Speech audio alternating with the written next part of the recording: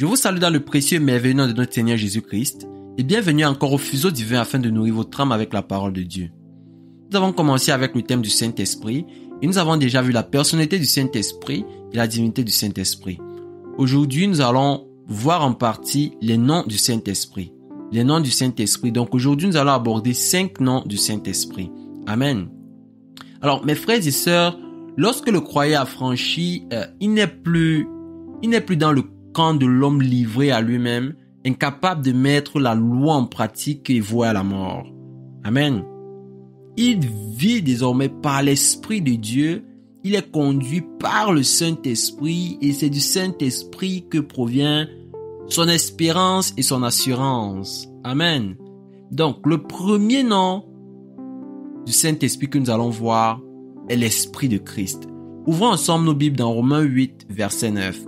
La parole de Dieu déclare: « Pour vous, vous ne vivez pas selon la chair, mais selon l'Esprit, si du moins l'Esprit de Dieu habite en vous. Si quelqu'un n'a pas l'Esprit de Christ, il ne lui appartient pas. » Amen.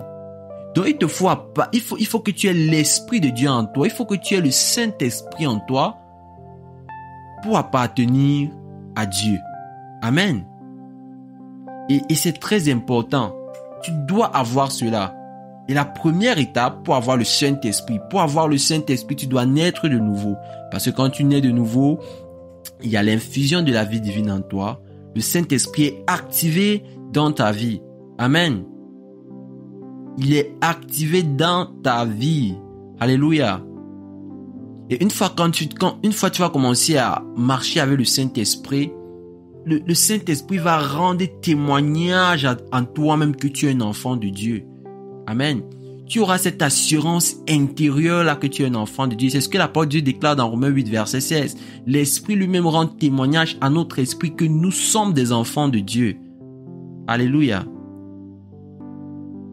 Donc, quand tu auras accepté Jésus-Christ dans ta vie, quand tu vas suivre les commandements divins, tu auras cette assurance-là en toi que oui, je suis un enfant de Dieu.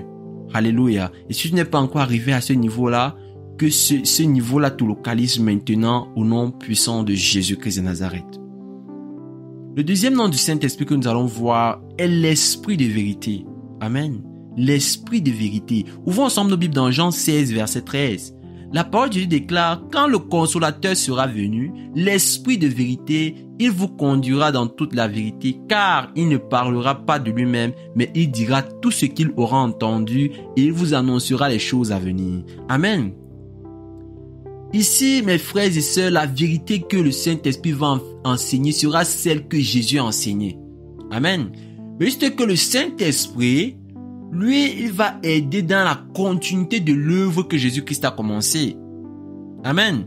C'est le Saint-Esprit qui dira ce que Jésus-Christ lui-même n'a pas pu dire, parce que ses paroles étaient trop lourdes pour les disciples. Amen.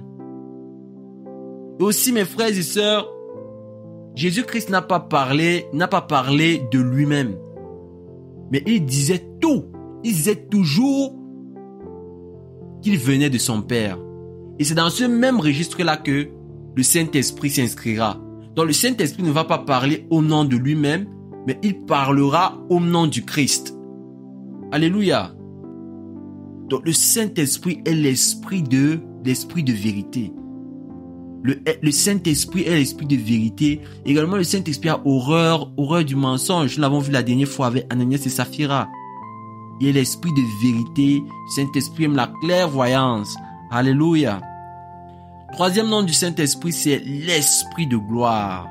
Le Saint-Esprit est l'esprit de gloire. Ouvrons ensemble nos Bibles dans 1 Pierre 4, verset 14. La parole de Dieu déclare: « Si vous êtes outragés pour le nom de Christ, vous êtes heureux parce que l'esprit de gloire, l'esprit de Dieu repose sur vous. » Amen. Si vous êtes outragés, c'est-à-dire persécutés, vous êtes heureux parce que l'esprit de gloire, l'esprit de Dieu repose sur vous. Mes frères et sœurs, est-ce que tu es déjà arrivé à un niveau où on s'est moqué de toi parce que tu as professé ta foi, parce que tu as dit: « Je suis un enfant de Dieu ». Oui, l'esprit de gloire est en toi. Amen. Il ne faut pas avoir honte de Dieu. Il faut assumer ton identité de chrétien. Alléluia. Il faut souffrir avec Christ sur la terre si tu veux régner avec lui là-haut dans le ciel. Amen. La Bible dit, souffre avec moi comme un bon combattant de Jésus-Christ. Amen. Tu dois apprendre à assumer ton identité chrétienne étant sur terre si tu veux régner avec Dieu là-haut. Alléluia. Le Saint-Esprit est également appelé l'Esprit de vie. Amen. L'Esprit de vie. Romains 8, verset 2. La parole de Dieu déclare, en effet, la loi de l'Esprit de vie en Jésus-Christ m'a affranchi de la loi du péché et de la mort.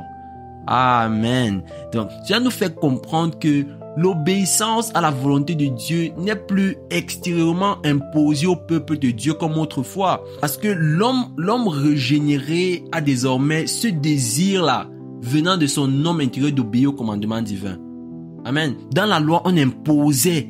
Mais aujourd'hui, ce n'est plus ça. L'homme régénéré a ce désir-là qui vient du plus profond de son être d'obéir au commandement divin. Et ce désir-là, qui amène ce désir, c'est le Saint-Esprit de Dieu qui réveille ce désir-là une fois le bien-aimé a accepté Jésus-Christ dans sa vie. Amen. Le cinquième et dernier nom du Saint-Esprit que nous allons aborder aujourd'hui, c'est l'esprit de sagesse et de révélation. Ouvrons ensemble nos Bibles dans Éphésiens 1, verset 16 à 17. La parole de Dieu déclare, « Je ne cesse de rendre grâce pour vous, faisant mention de vous dans mes prières, afin que le Dieu de notre Père Jésus-Christ, le Père de gloire, vous donne un esprit de sagesse, de révélation dans sa connaissance. » Ici, mes frères et sœurs, l'intention de la prière que l'apôtre Paul adresse à l'église d'Éphèse est pour qu'ils aient une connaissance approfondie de Dieu. Amen. L'apôtre Paul, son souhait, son désir dans cette prière qu'il élève à Dieu, c'est que les bien-aimés de l'église d'Éphèse connaissent Dieu de plus en plus, qu'ils aient une envie de plus de connaître Dieu. Alléluia. Et tel est mon souhait pour vous aujourd'hui. Que le Seigneur vous bénisse. Alors toi qui m'écoutes, si tu n'as jamais accepté Jésus-Christ dans ta vie, tu n'as jamais dit oui à Dieu dans ta vie, si tu doutes encore, tu n'es pas sûr de ton salut, si dans ta vie, tu n'as pas encore entièrement abandonné ta vie à Dieu, tu n'as pas entièrement donné ta vie à Dieu, c'est le moment. La parole de Dieu déclare dans Romains 12, versets 1 et 12. Je vous exhorte donc, frères, par les compassions de Dieu, à offrir vos corps comme un sacrifice vivant, saint, agréable à Dieu, ce qui sera pour vous un culte raisonnable. Amen.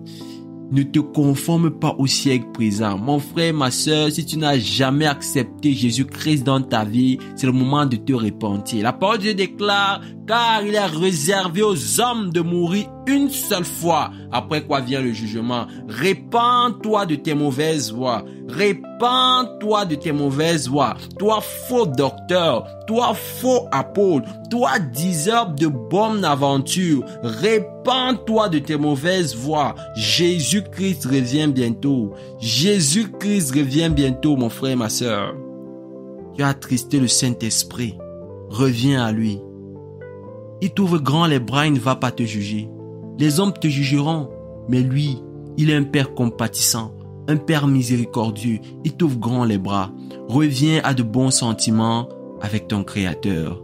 Alors, si tu as pris cette décision dans ton cœur d'accepter Jésus-Christ dans ta vie, répète cette prière après moi. Seigneur Jésus, je viens encore aujourd'hui devant toi, implorer ton pardon sur ma vie. Je reconnais que je me suis éloigné de toi. Je reconnais que j'ai eu tendance à retourner dans mes vomissures. Je reconnais que j'ai fait des énormités. Je reconnais que je t'ai blessé, Seigneur. J'implore maintenant ton pardon dans ma vie. Que le sang de Jésus, qui parle mieux que le sang d'Abel, me purifie, me justifie au nom puissant de Jésus. Seigneur, aujourd'hui, je dis au revoir au péché. Seigneur, aujourd'hui, je dis au revoir à mon ancienne vie. parce que je veux te plaire. Mais de mes propres forces, Seigneur, je ne peux pas le faire.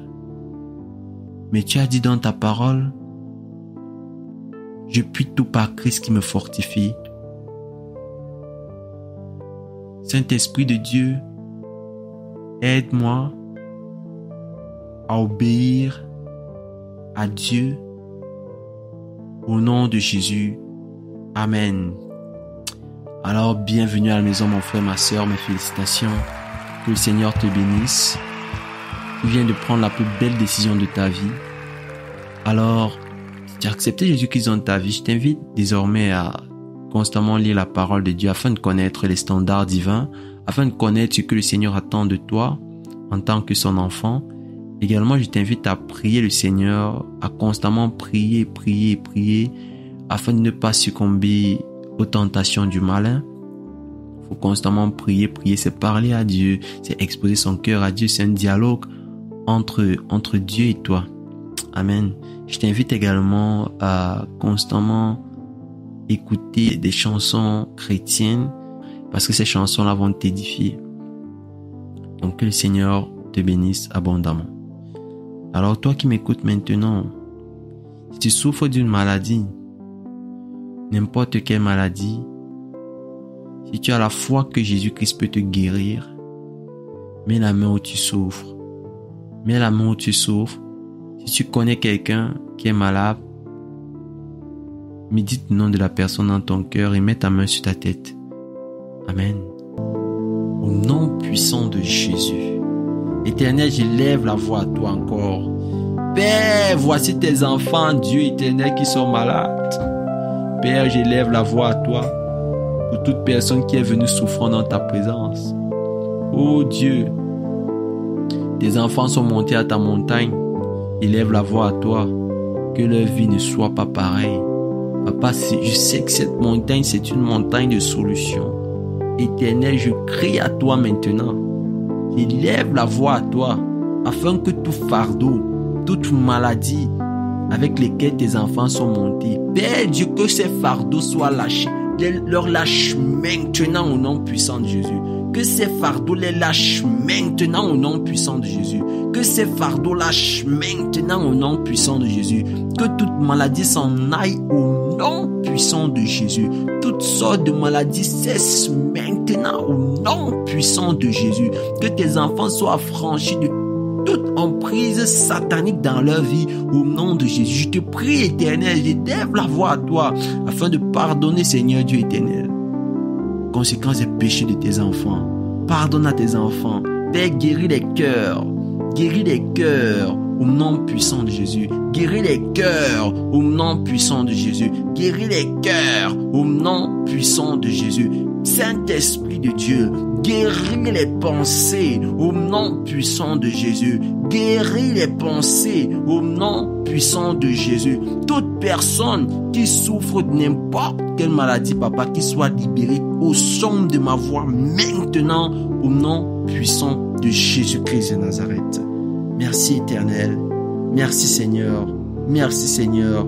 Que tout honneur et la gloire te reviennent au nom de Jésus-Christ. Amen. Mon frère, ma soeur, loue le Seigneur pour ta guérison. Loue le Seigneur pour ton affranchissement. Que le Seigneur te bénisse.